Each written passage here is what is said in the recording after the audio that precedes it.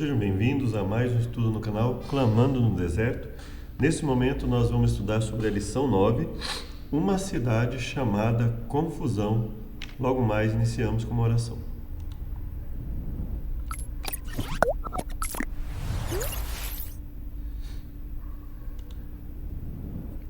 Obrigado, Deus, por mais uma oportunidade de aprendermos a Tua mensagem. Nos perdoe por nossas falhas, pecados cometidos contra Ti, livra-nos de todos os males. Imploramos em nome de Jesus. Amém.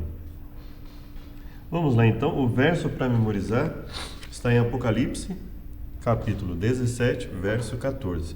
Desde já, aquele que achar o conteúdo relevante, eu peço que curta, compartilhe, se inscreva no canal, nos ajude colaborando aí com a pregação do Evangelho.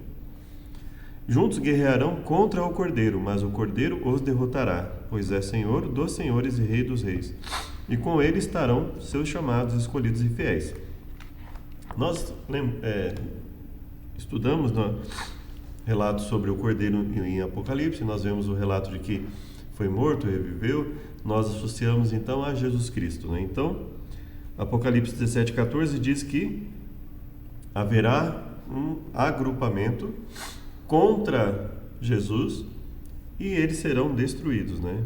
Eles serão derrotados.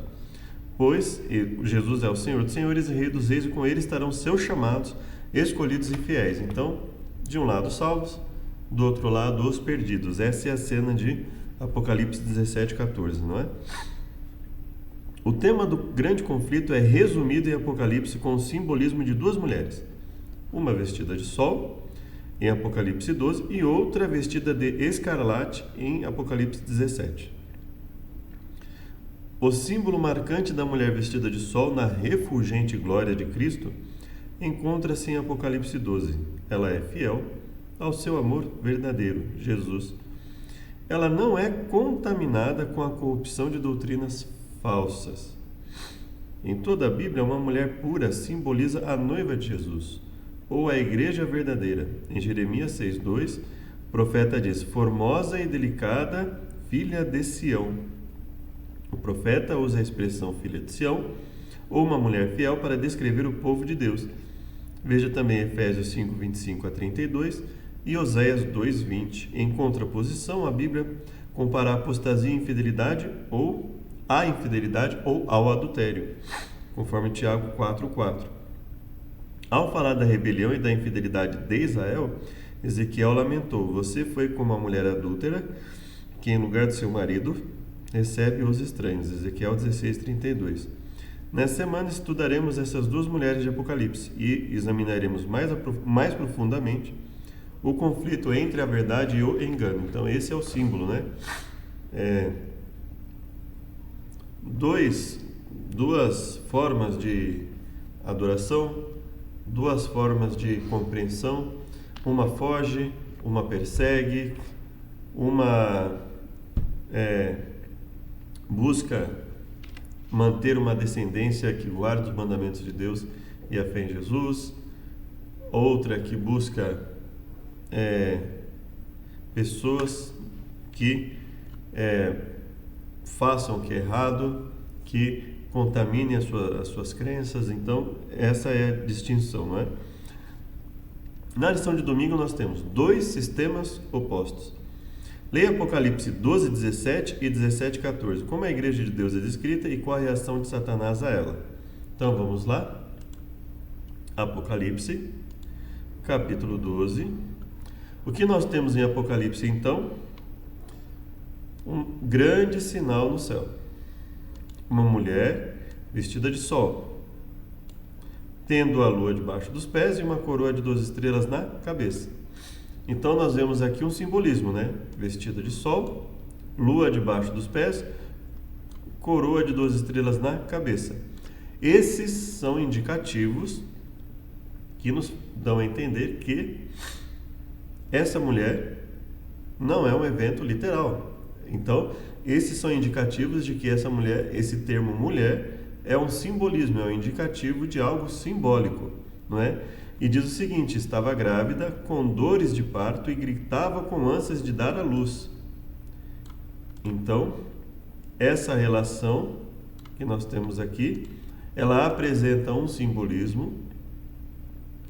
E aí nós temos aqui, no próprio capítulo 12, fala de um dragão vermelho que tinha 7 cabeças, 10 chifres, sobre as suas cabeças 10 diademas. Fala aqui toda a característica dele: a sua cauda levou para si, após si, a terça parte das estrelas do céu, lançou sobre a terra. Então tudo aqui se trata de simbolismos, não é? E aí, tudo nós temos que enxergar aqui se refere, não é? Então nós temos uma mulher grávida, com ânsia para dar à luz, com dores de parto, gritava com ânsias para dar à luz. E aí nós temos um dragão, que fala que teve uma grande influência no céu, para o mal nesse caso, né, o relato. E o dragão parou diante da mulher que havia de dar à luz, para que, dando ela à luz, lhe tragasse o filho. Então nós temos aqui já dois opostos. Nós temos a mulher gritando de dores para dar à luz, e o dragão preparado ali para lhe tragar o filho. Vamos lá no verso 17, perdão. E o dragão irou-se contra a mulher. Ele já está virado lá antes, mas ele ficou mais irado ainda, né? E o capítulo 12 nos fala que ele ficou irado por quê? Vamos ver. Primeiro, a mulher deu à luz, o filho foi arrebatado para Deus e para o seu trono. Ele não conseguiu tragar o filho da mulher. 2. Ela fugiu para o deserto. Aí a Bíblia fala da batalha no céu, que não prevaleceram, né? O dragão foi precipitado para a terra. Fala que os servos de Deus venceram o dragão pelo sangue do cordeiro, por causa do testemunho que deram, né? E aí veja só, quando o dragão viu que fora lançado na terra, perseguiu a mulher que dera à luz o filho homem. Então ele tenta perseguir, ele fica ali à espreita para tragar o filho, não consegue. Continua a perseguir a mulher que dera à luz o filho homem. E aí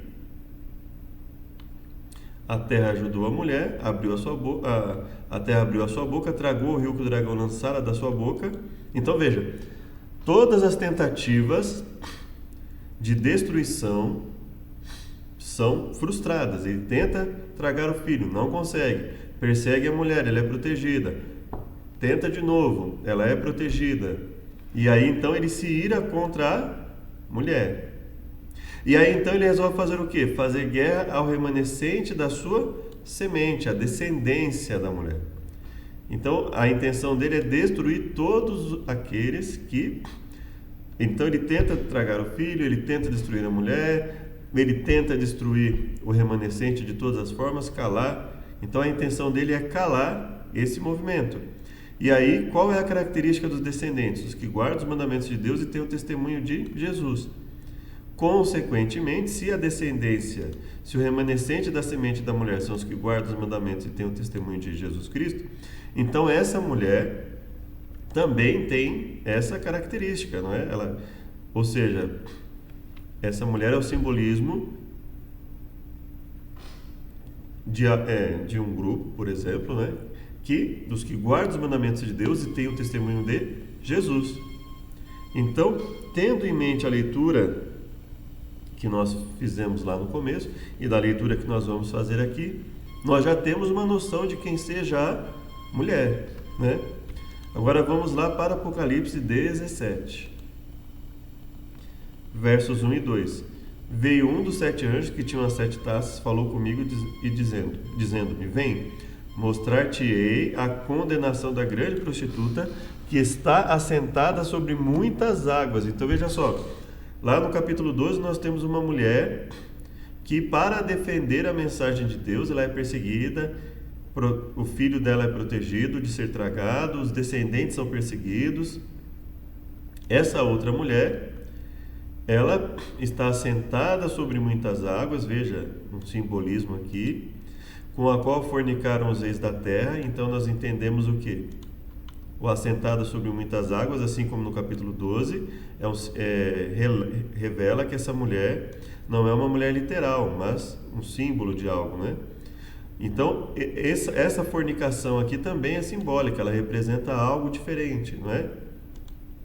Os que habitam na terra se embebedaram com o vinho da sua fornicação. Então, se por um lado, a mulher do capítulo 12, ela tem uma descendência que guarda os mandamentos de Deus e tem o testemunho de Jesus, por outro, essa mulher do capítulo 17, ela está assentada sobre muitas águas, ela tem um grupo considerável de pessoas que se embebedou com o vinho de sua fornicação, e se a mulher do capítulo 12 é o símbolo, e a sua descendência é o símbolo de um grupo de pessoas que guardam os mandamentos de Deus e tem o testemunho de Jesus, esse aqui é o oposto, eles estão se embebedando, eles estão fornicando com o vinho da fornicação, não é? Então veja que é o oposto daquilo. Se lá nós temos a guarda dos mandamentos, aqui nós temos uma oposição à guarda, pelo menos uma oposição à guarda dos mandamentos por completo.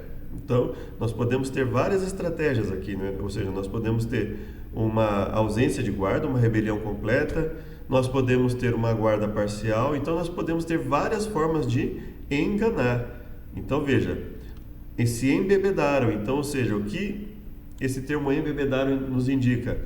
De certa forma, uma perda de uma consciência plena.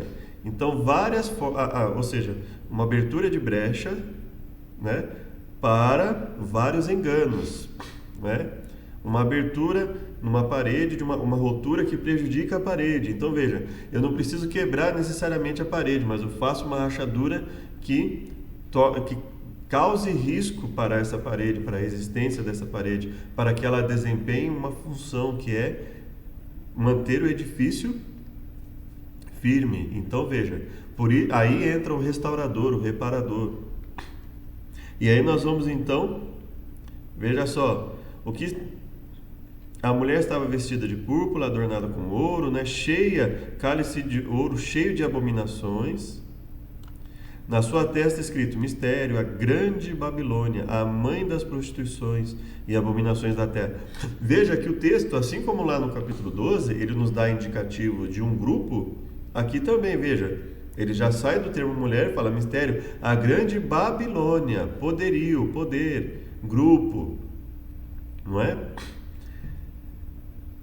Vi que a mulher estava embriagada do sangue dos santos. Olha só, ele confirma que a mulher é o oposto daquela do capítulo 12. Ela persegue os santos. Persegue uma perseguição implacável, não é? Sangue das testemunhas de Jesus, não é? E aí, eu te direi o mistério da mulher, da besta, a qual tem 7 cabeças e 10 chifres. E aí lá ao final, né, ele fala, e a mulher que viste é a grande cidade que reina sobre os reis da terra. Então veja, ele vai decifrando, ele vai mostrando para João, olha, são dois, o que nós temos aqui, João? Nós temos dois opostos. Um grupo que guarda os mandamentos de Deus, um grupo que é perseguido, um grupo que para se manter leal, né, precisa lutar bastante, fugir, né, ser protegido por Deus, fugir da destruição. Do outro nós temos um outro grupo que persegue implacavelmente, sem piedade, o povo de Deus. Então nós temos esses dois opostos aqui, não é? Como a igreja é descrita, então a igreja de Deus é descrita envolta em luz, com o sol, a lua e as estrelas a iluminando, uma mulher ali protegida, iluminada, mas que está com dor, está ali para ter um filho, depois ela tem os seus descendentes, ela está ali lutando.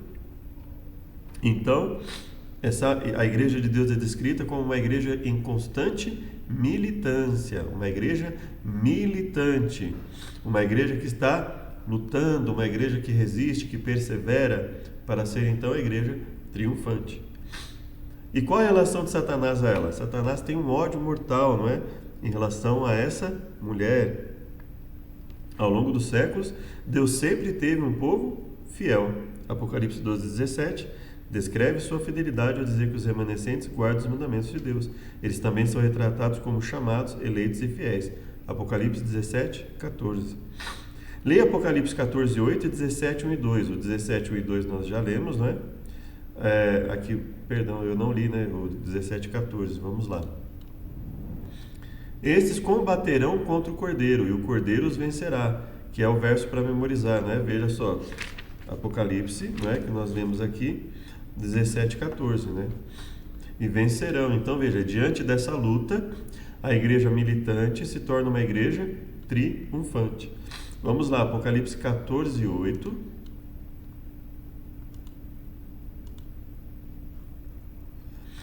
O contexto do Apocalipse 14 é o contexto em que aparece o Cordeiro sobre o Monte Sião, os 144.000.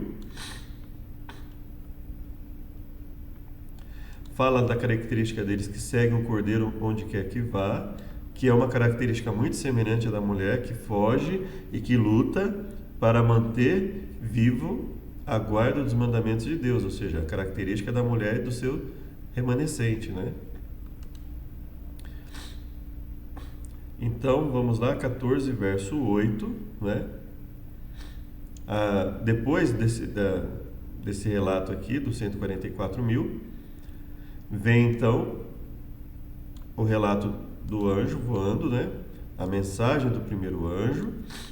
A mensagem do segundo anjo é Apocalipse 14, verso 8, que fala da queda de Babilônia. Então, Apocalipse 14, 8, queda de Babilônia. Aquela grande cidade que vai ser mostrada também no capítulo 17, né? Que deu a todas as nações, deu a beber do vinho da ira da sua fornicação. 17, 1 e 2 nós já lemos. Que anúncio solene fez o anjo e o que Babilônia fez para justificar esse pronunciamento. Então nós temos aqui Apocalipse 14. Aqui nós temos, vamos lá, Apocalipse 17. Não é? Que fala do que? Da condenação da grande prostituta. Veja, Apocalipse 14 nós temos o que? Caiu Babilônia, não é isso? Nós temos aqui Apocalipse 14. Caiu Babilônia, aquela que deu a beber do vinho da ira da fornicação. Apocalipse 17 nos fala o quê? Olha, vou mostrar para você a condenação da grande prostituta, não é? A condenação daquela que está assentada sobre muitas águas, não é? Daquela grande Babilônia, olha só, a quem ele se fala novamente, não é? Então, ele fala que anúncio solene fez o anjo e que Babilônia fez para justificar esse pronunciamento. Por que ela cai? Porque ela contamina a crença em Deus, ela contamina a verdade estabelecida por Deus. Então, por isso, ela é condenada, né? Nós temos lá ela deu a beber a todas as nações. Então, ela busca o engano a nível mundial, constante. Então, ela busca enganar, e aqueles que ela não consegue enganar, ela busca perseguir e calar, silenciar. João escreveu o Apocalipse no fim do primeiro século. Nessa época, a antiga cidade de Babilônia era um monte de poeira, pois tinha sido destruída séculos antes. Em Apocalipse, a antiga cidade de Babilônia é considerada um tipo, um símbolo da Babilônia do tempo do fim. Nas profecias do Apocalipse, Babilônia representa um falso sistema religioso com características semelhantes à Babilônia do Antigo Testamento. E quando nós vemos aqui, existe um cuidado de Deus aqui ao associá-la ao quê? Ao mesmo símbolo do capítulo, o mesmo não, semelhante, né? Parecido com o símbolo do capítulo 12. Ou seja, ele vai dando indicações de que, olha, nós temos aqui um grupo que serve a Deus e um grupo que não serve. Os princípios que guiavam a antiga Babilônia são a estrutura subjacente da Babilônia moderna e espiritual. Então, o padrão é o mesmo. Os princípios seguidos por elas são os mesmos. Em Apocalipse 17, 1 a 6, a mulher vestida de púrpura e de escarlata avança pela paisagem do templo. Ela cavalga em cima de uma besta escarlate. Então nós temos a besta e nós temos uma mulher assentada sobre muitas águas, coordenando ali o trabalho da besta. Então nós temos uma união de poderes, para enganar aqueles que aceitarem o engano e para destruir aqueles que não aceitarem e se recusarem a esse tipo de engano. O apóstolo João nos traz uma representação figurada de um sistema religioso apóstata, que tem poderosa influência no mundo. Embriagaram-se? Isso indica sempre algo negativo na Bíblia. Prostituíram-se? A mesma coisa. Símbolo de falsos ensinamentos, falsas doutrinas e práticas falsas. Lição de segunda-feira. O vinho da ira. Qual é a extensão da influência de Babilônia? Nós vimos que é mundial. Assentada sobre muitas águas, com ela fornicaram os reis da terra, do planeta, do mundo. Os que habitam na terra, veja, a extensão é mundial. Verso 15. E disse-me, as águas que viste, onde se assenta a prostituta, são povos, multidões, nações e línguas.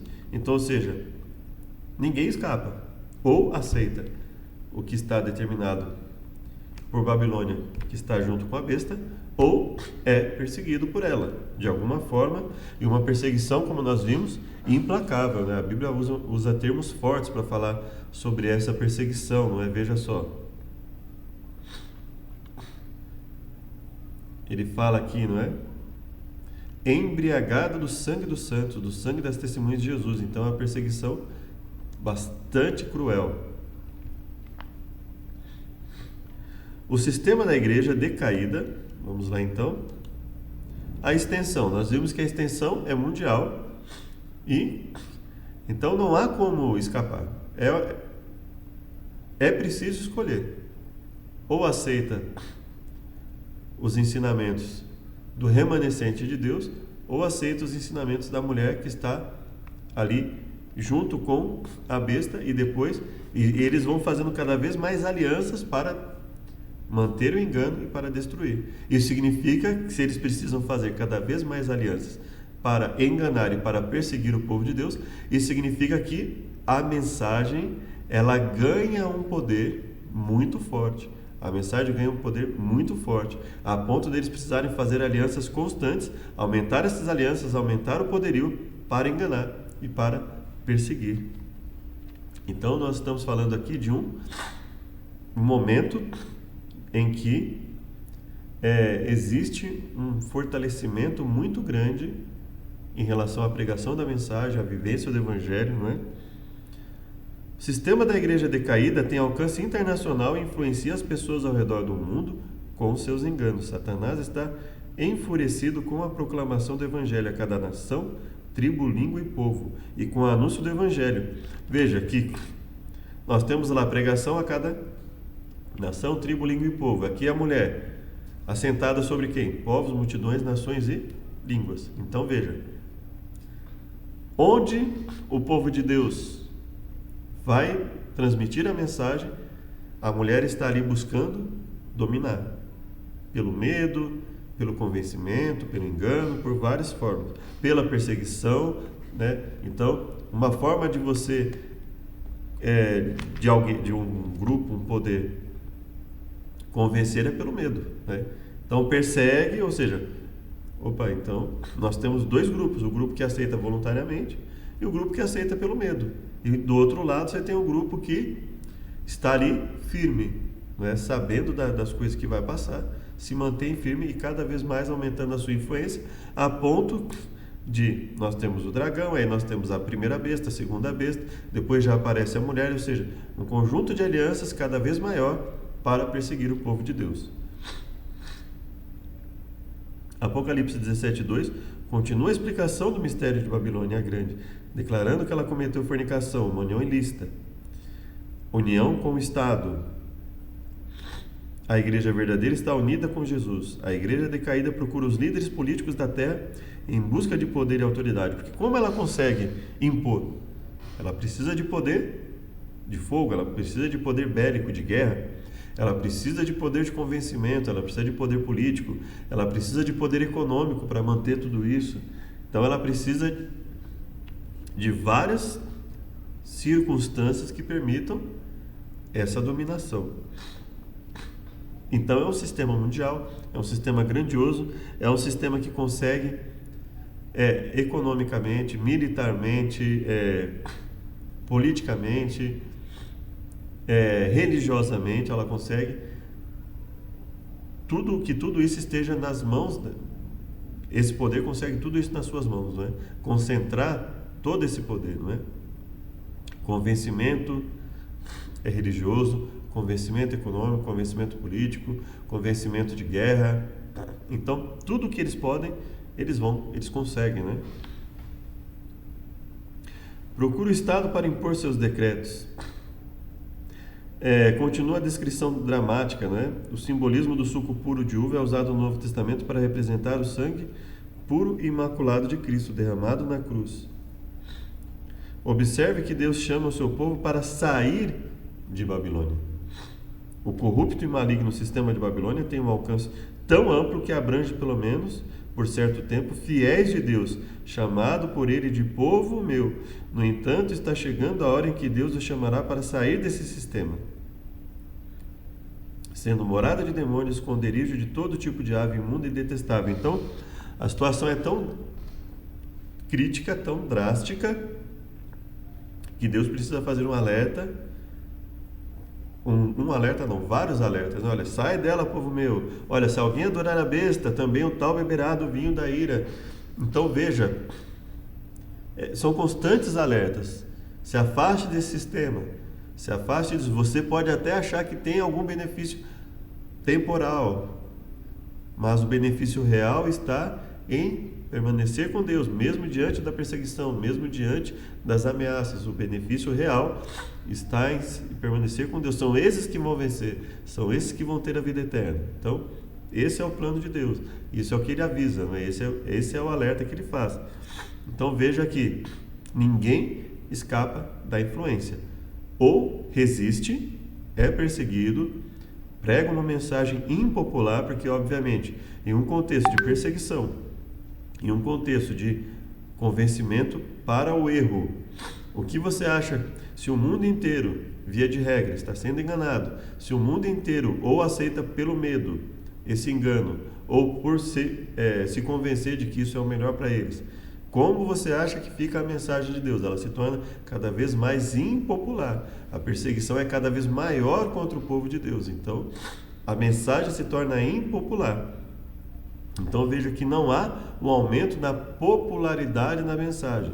Há um aumento, pode haver um aumento da aceitação por alguns, mas isso só vai aumentar a impopularidade, só vai aumentar a ira do grupo maior contra o remanescente. Então o remanescente ele até consegue resistir, fortalecer o seu movimento, mas alcança um grupo de pessoas. Mas mesmo aqueles que aceitam a mensagem, muitas vezes são prejudicados pelo medo, porque eles percebem que a mulher está sendo perseguida, o remanescente está sendo perseguido. Então, a extensão da influência é mundial. Da mesma forma, a extensão do alcance da mensagem do povo de Deus também é mundial. Então, diante disso, o que acontece? Por isso a ira do dragão, por isso a ira da besta, por isso a mulher perseguindo implacavelmente. Veja que a busca é sempre no sentido de destruir, tragar o filho, destruir a mulher, perseguir o remanescente. Aí fala da questão do sangue dos santos, das testemunhas. Então veja, é sempre uma perseguição muito forte. Mistério Babilônia é grande. Qual é a natureza do maligno sistema de Babilônia? Apocalipse 17, versos 4 a 6. Natureza do maligno sistema. Como vimos, Apocalipse 17 descreve um sistema religioso apóstata que introduz no cristianismo muitos dos ensinamentos de Babilônia. Mais uma vez o comentário de Angel Manuel Rodrigues. Para buscar uma compreensão da natureza de Babilônia, precisamos voltar à sua primeira referência no registro bíblico, em Gênesis. Então vamos voltar para o Gênesis. Tudo começou numa planície na terra de Sinar, uma região na parte sul da Mesopotâmia, hoje sul do Iraque, chamada Babilônia. Ali foi construída a Torre de Babel, o símbolo da autossuficiência, suficientes por si mesmos. Autopreservação, ou seja, não importa o que aconteça com os outros. Independência humana em relação a Deus. Então, o símbolo de uma total resistência, de uma total rebelião, de uma total rebeldia contra Deus. A Torre de Babel, local da antiga Babilônia, foi construída em oposição à palavra de Deus. Os construtores de Babel erigiram esse monumento para a sua glória, e Deus confundiu a língua deles. Babilônia é tão maligna que é descrita como embriagada com o sangue dos santos, com o sangue das testemunhas de Jesus. Essas imagens horríveis mostram quão corrupta é a Babilônia. Basicamente, a Babilônia espiritual representa uma religião fundamentada em tradições, ensinos e conceitos humanos.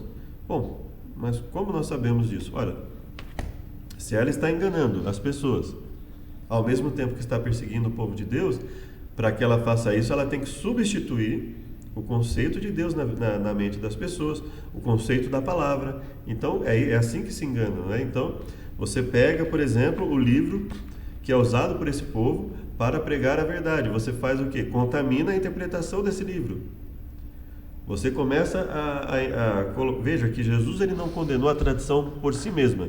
Ele diz, o que ele condenou? Ele condenou a tradição que prejudica a mensagem da Bíblia. Então, por exemplo, frequentar a sinagoga era um costume que reforçava a importância de aprender a Bíblia. Jesus fazia isso segundo seu costume, não é? Ele lia as escrituras na sinagoga, ele pregava para as pessoas. Então veja que não é a questão da tradição em si, né? Algumas pessoas, elas olham o olho e falam assim, tudo que a igreja faz que seja tradicional, que seja costume, deve ser abandonado. Não é essa a questão. A questão são as tradições que nos afastam da Bíblia.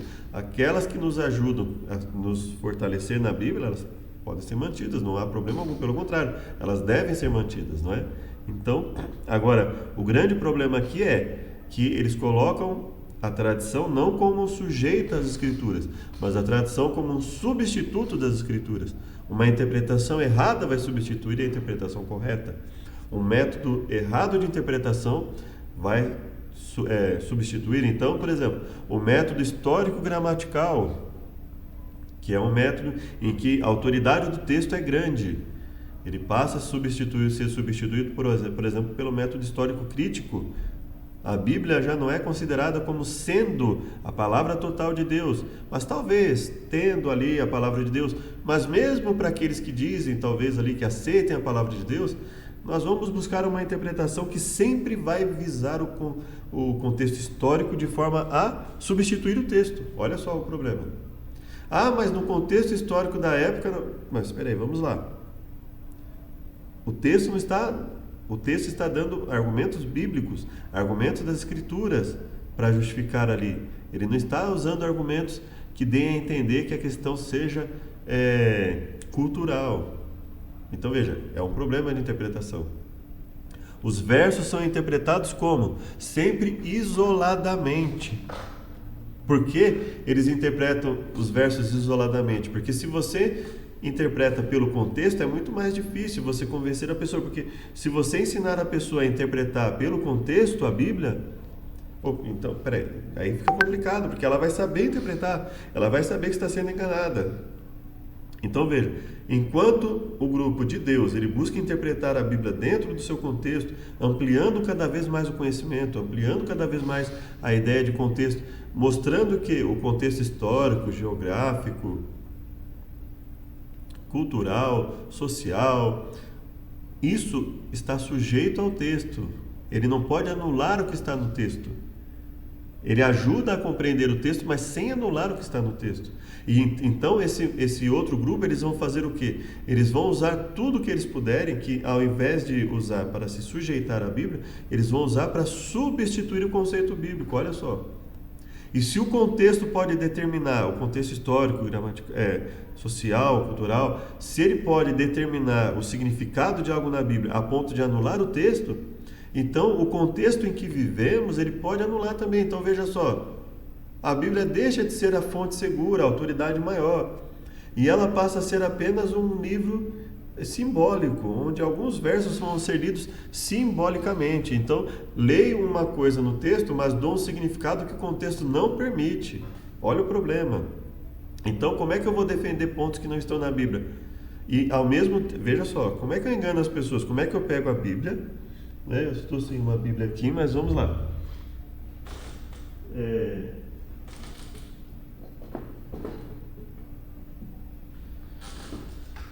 Vamos pegar aqui os escritos, né?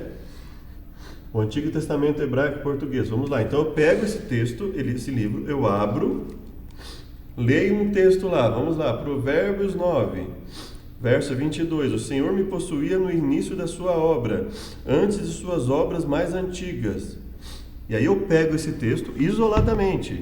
Não falo nada sobre ele. Assim, não leio o que está antes, não leio o que está depois, não analiso o contexto de Provérbios, não analiso o contexto bíblico maior, desenvolvo nas pessoas uma impaciência para estudo da palavra, um estudo mais aprofundado, introduzo nas pessoas um emocionalismo, porque quanto mais emocionados nós ficamos, maior é a tendência de ficarmos sugestionáveis. Então veja, faço de tudo. E é dessa forma que Babilônia vai enganar o povo. E é dessa forma que ela já engana. Veja, então, como eu faço para... então essas pessoas, elas ficam como, basicamente? Elas ficam ali indefesas, muitas delas. Né? E acabam sendo enganadas. Então, só que aí, por outro lado, vem um outro povo e fala, olha, vamos interpretar a Bíblia dentro do seu contexto ali, dentro do seu texto, vamos analisar ali o que acontecia na época, tudo, o local onde isso foi escrito, ótimo, mas sempre para ser um auxiliar da interpretação bíblica. E aí esse grupo, ele não gosta disso, por quê? Porque se as pessoas estão conscientes do significado do texto, elas não vão ser enganadas. Quando tentarem enganar essas pessoas com falsas doutrinas, elas vão reagir, não, mas não é isso que está escrito na palavra. Aí vem a perseguição interna, dentro dos movimentos, perseguição externa, perseguição daqueles que se opõem à Bíblia, perseguição daqueles que se opõem a determinada igreja, perseguição de várias formas, né, de várias frentes. Então, e essa perseguição ela é grande, ela começa com a parte ideológica, né? Nós vemos aí que por exemplo, Satanás, quando ele tentou a Jesus, ele tentou inclusive dentro ali do aspecto mental, ele tentou enganar a Jesus, tentou de várias formas, né? Tentou se aproveitar da fraqueza física de Jesus, tentou se aproveitar, tentou ali corromper a Jesus com promessas vãs, falsas, né? Então é tudo isso que esse movimento faz. Um chamado ao compromisso. O apelo do Apocalipse é um chamado urgente à fidelidade, resumido no simbolismo das duas mulheres. Deus promete que sua igreja triunfará no final. E por que ele faz isso? Porque a impressão para quem está vivendo aquilo é de que as derrotas são constantes, né? Porque assim, as pessoas, por mais que elas vençam ali ao serem questionadas dentro das escrituras, elas são perseguidas, são caladas e ser silenciadas, né? Que promessa Jesus faz à sua igreja? Mateus 16, 18 e Apocalipse 17, 14. Veja, e chegando-se os fariseus e os saduceus para o tentarem, olha só, veja, a perseguição ideológica. Quando você vai falar alguma coisa, quando você está em determinado lugar, as pessoas vão tentar fazer com que a pessoa caia em erro, caia em engano, não é? Por mais que esse erro seja mínimo, elas vão tentar se aproveitar disso, vão tentar prejudicar, assim como fizeram com Jesus. E aí vamos lá para Mateus 16, 18. Aqui Jesus pergunta aos seus discípulos, né?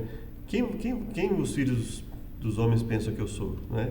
E aí depois ele fala, olha, que dizem os homens que eu sou?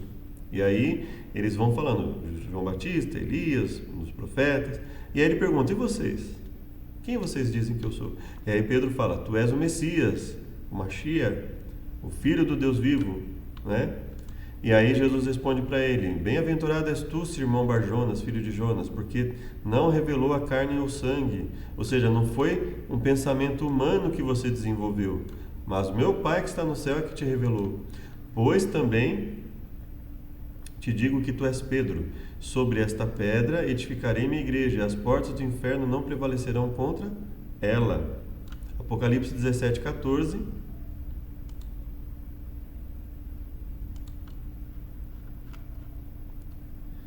Esses combaterão contra o Cordeiro os vencerá, porque é Senhor dos senhores e Rei dos reis.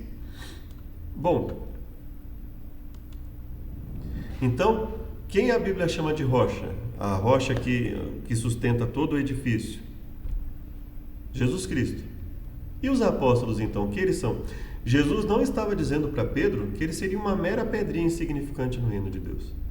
Mas Jesus também não estava dizendo que ele seria a rocha, a pedra principal. A igreja não estaria fundamentada toda em cima dele. A igreja está assim, quem é a principal pedra de esquina? Quem é a rocha que sustenta a igreja? Jesus. Bom, mas se Pedro não era uma pedra insignificante, mas também não era o principal sustentação da igreja, o que ele era? Ele, junto com os apóstolos, eles eram aquilo que ajudaria a fundamentar a igreja, através do ensino correto, através de uma vivência correta dos ensinos de Jesus. Então ele iria pregar e viver a Jesus, a mensagem de Jesus, os ensinos de Jesus, refletir o que Jesus viveu de tal forma que ele seria um dos fundamentos, juntamente com os outros, fundamento da igreja, não é? Veja lá a decisão de Atos 1 para escolher o apostolado, né? Que tenha, vamos lá em Atos 1, né? Só para nós termos uma noção aqui, Atos capítulo 1, né? Veja só que interessante.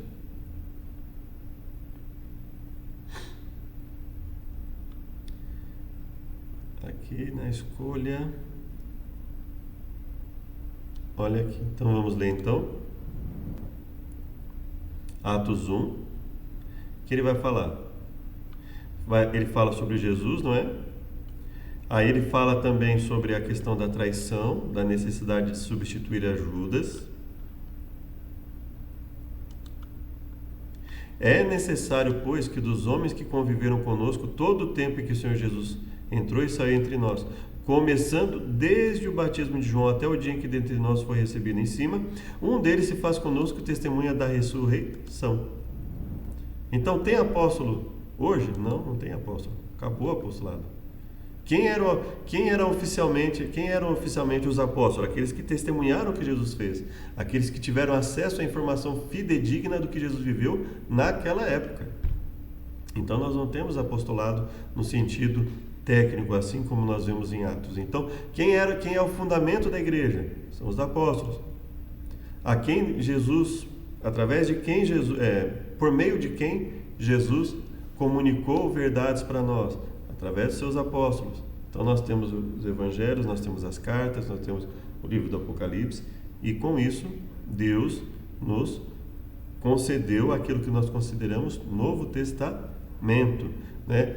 E pessoas que conviveram, que sabiam exatamente o ensino. Se você for lá em Atos 15, por exemplo, né? Vamos lá em Atos 15. Veja só, na questão da circuncisão, tendo tido Paulo e Barnabé não pequena discussão e contenda com essas pessoas, o que eles resolveram? Subir a Jerusalém aos apóstolos e aos anciãos sobre aquela questão. Então veja a autoridade dos apóstolos aqui, não é? Então veja a importância de tudo isso. Então, a importância de Pedro, a importância do servo de Deus, não é? A importância da igreja que permaneceu como remanescente dessa mulher. Cristo é o sólido fundamento sobre o qual a igreja está construída. Sua igreja se fundamenta nos ensinos de sua palavra e é guiada por seu Espírito. Veja o seguinte, nós temos os 4 evangelhos, que são as palavras exatas do que Jesus teria dito e as atitudes exatas que Jesus teria feito, né? Então, assim, o que Jesus falou e o que Jesus fez como nosso padrão. Aí nós vamos para o livro de Atos, que fala do quê? Fala parcialmente da atividade dos apóstolos, da autoridade dos apóstolos, dos discípulos que foram escolhidos, dos diáconos, e depois fala de Paulo, que se converteu, que tinha um grande conhecimento das Escrituras e se converteu. Nós temos aí as cartas de Paulo, em que ele faz aplicações do que? Do que estava escrito entre Gênesis e Malaquias. Fala de alguns ensinos de Jesus, quando ele fala, por exemplo, porque eu recebi o que eu também vos entreguei. Olha, o que eu estou entregando para vocês é o que aconteceu em relação a Jesus. Então veja, a palavra dele estava pautada nas escrituras de Gênesis a Malaquias e nas palavras de Jesus, nos atos de Jesus, não é? Então é isso. Aí você vai lá, Tiago, a mesma coisa, o padrão de Tiago é o mesmo. Ele pega lá, fala dos 10 mandamentos, fala da importância de ajudar os necessitados, conforme está na Torá. Aí você tem Pedro, você tem João, você tem Judas, o mesmo padrão, Apocalipse, revelações que estão o quê? Símbolos que estão por toda a Bíblia. Então veja que esse é o padrão. Jesus, portanto, é o sólido fundamento sobre o qual a igreja está construída. E Jesus construiu seu fundamento onde? Nas Escrituras existentes, de Gênesis a Malaquias. Então, o fundamento é Jesus. E Jesus, sendo o fundamento, ele preparou o caminho dos apóstolos como? Com as Escrituras que eles tinham em mãos, de Gênesis a Malaquias. Então, Jesus, que é o nosso maior exemplo, ele nos mostrou que a nossa única segurança contra os enganos de Satanás é estarmos firmes no conhecimento e na vivência da palavra de Deus. Nos tempos da antiga Babilônia, igreja e Estado eram um e a mesma coisa. Quando Nabucodonosor se assentava no trono em seu templo, ele supostamente falava no lugar dos deuses. Qualquer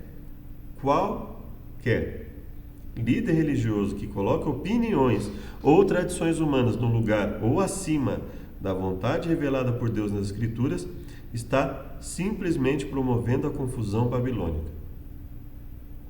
Forte isso, né? E muito importante. Qualquer líder religioso que coloque opiniões ou tradições humanas no lugar ou acima da vontade revelada por Deus nas Escrituras está simplesmente promovendo a confusão babilônica. Então, enquanto a Igreja de Deus, ela prega que a autoridade escriturística, a autoridade das Escrituras, está acima da autoridade da Igreja, ou no sentido de que a Igreja está fundamentada nas Escrituras. Então, veja só, a Igreja está fundamentada, mas quem é a base? As Escrituras. A Igreja não tem nenhum ensino, a autoridade eclesiástica, a autoridade da Igreja, não está acima da autoridade escriturística, das Escrituras. Por outro lado, nós temos um movimento de engano em que a autoridade da Igreja está acima da autoridade das Escrituras. Então, todo movimento cuja autoridade da Igreja está acima da autoridade das Escrituras, por causa da lição, é porque a lição está falando que é assim? Não. É porque se você olhar de toda a Bíblia de Gênesis a Apocalipse, é sempre assim. Existe um grupo para o qual a palavra de Deus é a última palavra. E existe um grupo para o qual a palavra dos homens é a última palavra. E aí, tentam adaptar a palavra de Deus de qualquer forma, porque não pode prevalecer a palavra de Deus, e sim a palavra das pessoas. Veja, foi o que aconteceu com Eva, não é? Então, ela, em um momento da sua vida, colocou a palavra, que não era a palavra de Deus, acima da palavra de Deus. E aí você vai pegar outras pessoas na Bíblia, a mesma coisa. Então, a todo momento, né? Jesus questionou em Mateus 23 a questão ali dos fariseus e escribas. Por quê? Porque eles falavam e não viviam, ou seja, eles aparentavam colocar a palavra de Deus acima, mas eles não colocavam. Sempre que tinham oportunidade, eles colocavam a autoridade humana, a autoridade do poder constituído, acima da autoridade das Escrituras. Nos últimos dias da história da Terra, um sistema de união igreja-estado se levantará. Então, o poder eclesiástico se alia ao poder secular para garantir hegemonia, para garantir o controle. A palavra dele será declarada como a própria palavra de Deus e suas ordens as ordens de Deus. Em sua carta encíclica de 20 de junho de 1894, o Papa Leão XIII declarou: "Nós temos na terra o lugar de Deus Todo-Poderoso." O dicionário eclesiástico Ferraris diz: "O Papa é de tão grande dignidade e tão exaltado que ele não é um homem, mas Deus, vigário de Deus." Paulo diz que esse poder se opõe e se levanta contra tudo que se chama Deus ou é objeto de culto, a ponto de assentar-se no santuário de Deus, apresentando-se como se fosse o próprio Deus. Todo e qualquer movimento, não importa onde ele surja, não importa onde esteja, não importa a aparência que ele tenha. Se a autoridade eclesiástica está acima da autoridade bíblica, se há uma tentativa de se adaptar aos conceitos humanos, aos conceitos sociais vigentes numa época, há uma tentativa de se misturar cada vez mais, em termos inclusive de ensinamento, aos ensinos vigentes numa época, contrários às Escrituras.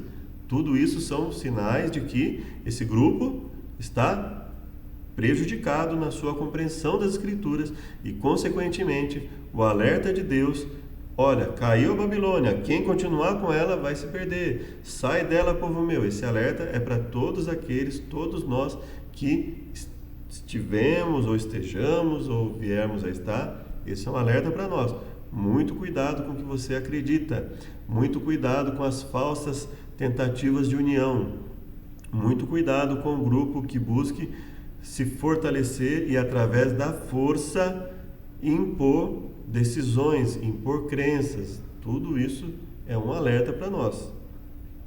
Então, quem está em pé, cuide para que não caia, não é? Então, nós temos que tomar todo o cuidado, toda a cautela, né? Às vezes a gente olha para Judas, mas veja o caso de Pedro, corajoso, ali ao lado de Jesus, momento de fraqueza, e o que aconteceu com ele. E aí, lógico que ele se recuperou, graças a Deus, né? Mas no caso de Judas, não se recuperou. Então, veja, muito cuidado com aquilo que nós acreditamos, muito cuidado com os motivos que nos fazem acreditar também.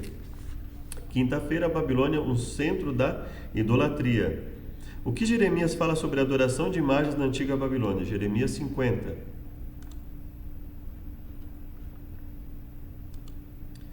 33 a 38, vamos lá. Assim diz o Senhor dos Exércitos: os filhos de Israel e os filhos de Judá foram oprimidos juntamente. Todos que os levaram cativos os retiveram, não o quiseram soltar.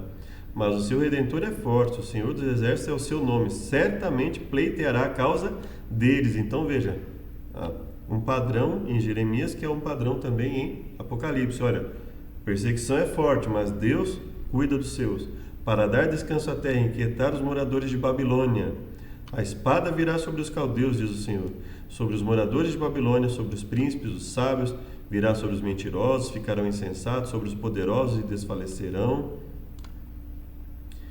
sobre os cavalos, os carros, mistura dos povos, tornar-se-ão como mulheres, a espada virá sobre os seus tesouros, serão saqueados, cairá a seca sobre as águas, secarão, porque é uma terra de imagens esculpidas, pelos seus ídolos andam enfurecidos, por isso habitarão nela as feras do deserto, com os animais selvagens das ilhas. Então veja, aí nós vamos também para 51, 17 e 47. Embrutecido é todo homem no seu conhecimento, e envergonha-se todo artífice da imagem de escultura, porque a sua imagem de fundição é mentira, nelas não há espírito. Vaidade são obras de engano, o seu tempo da sua visitação perecerão. Não é semelhante a esses a porção de Jacó, não é semelhante a essa a porção de Jacó, porque ele é o que formou tudo. Israel é a tribo da sua herança, o Senhor dos Exércitos é o seu nome. 47.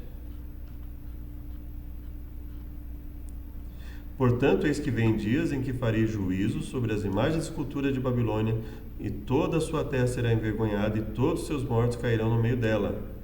E os céus e a terra, com tudo quanto neles há, jubilarão sobre Babilônia, porque do norte lhe virão os destruidores, diz o Senhor. Os capítulos 50 e 51 de Jeremias previram a destruição de Babilônia pelos medos e persas. Uma das razões para isso foi a idolatria, uma corrupção generalizada, aliás, né? Veja que ele fala dos mentirosos, ele fala dos poderosos que estavam usando mal o seu poder, né? Então veja só. Acreditavam que as imagens eram representações das divindades. O ritual de cuidar das estátuas das divindades, bem como sua adoração, eram sagrados. Saquear ou destruir ídolos resultava na perda da proteção divina. Por exemplo, o príncipe caldeu Marduk, Apla e Dina segundo no caso, né, fugiu para os pântanos do sul da Mesopotâmia com as estátuas dos deuses de Babilônia, a fim de salvá-las dos exércitos de Senaqueribe da Assíria, conforme Jane R. McIntosh, né? As Ancient Mesopotamia, New Perspectives, né? O que a Bíblia ensina sobre idolatria? Êxodo 20, 4 a 6. Não farás para ti imagem de escultura, nem alguma semelhança no céu, na terra, nas águas, debaixo da terra. Não farás, ou seja, não terás o hábito de ter imagens do que existe, ou seja, tenha em mente focar o natural e não o artificial. Não te encurvarás a elas, nem as servirás. Não tomarás o nome do Senhor teu Deus em vão. Ele fala, olha, eu sou Deus zeloso, eu visito a iniquidade dos pais dos filhos, na terceira e quarta geração dos que me odeiam, mas eu também faço misericórdia aos que me amam. Há milhares dos que me amam e guardam os meus mandamentos. Salmo 115, 4 a 8. Os ídolos deles são prata e ouro, obra das mãos dos homens. Tem boca, mas não falam, tem olhos, mas não veem, ouvidos, mas não ouvem, narizes, mas não cheiram, mãos, mas não apalpam, pés, mas não andam, nem som algum sai da sua garganta. A eles se tornem semelhantes os que o fazem, assim como todos os que neles confiam. Então veja o risco, veja o perigo para o qual Deus está nos alertando. As imagens foram introduzidas no cristianismo no quarto século para torná-lo mais aceitável aos pagãos. São conferidas a essas imagens homenagem que pertence a Deus. Estudo adicional. A mensagem de Apocalipse 14, anunciando a queda de Babilônia, aplica-se às organizações religiosas que se corromperam. As organizações no plural, que se corromperam. Visto que essa mensagem se segue à advertência sobre o juízo, deve ser proclamada nos últimos dias. Portanto, não se refere apenas à Igreja de Roma, pois essa igreja tem estado em condição decaída há muitos séculos. Ellen White, Grande Conflito, página 326. A história dos 3 hebreus que receberam ordens para adorar permanece como um símbolo, um modelo do que acontecerá quando a Babilônia espiritual impuser a adoração de uma falsa imagem.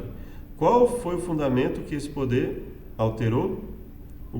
Qual foi o outro mandamento? O quarto, relação ao sábado. Então, nós já temos aí um perfil,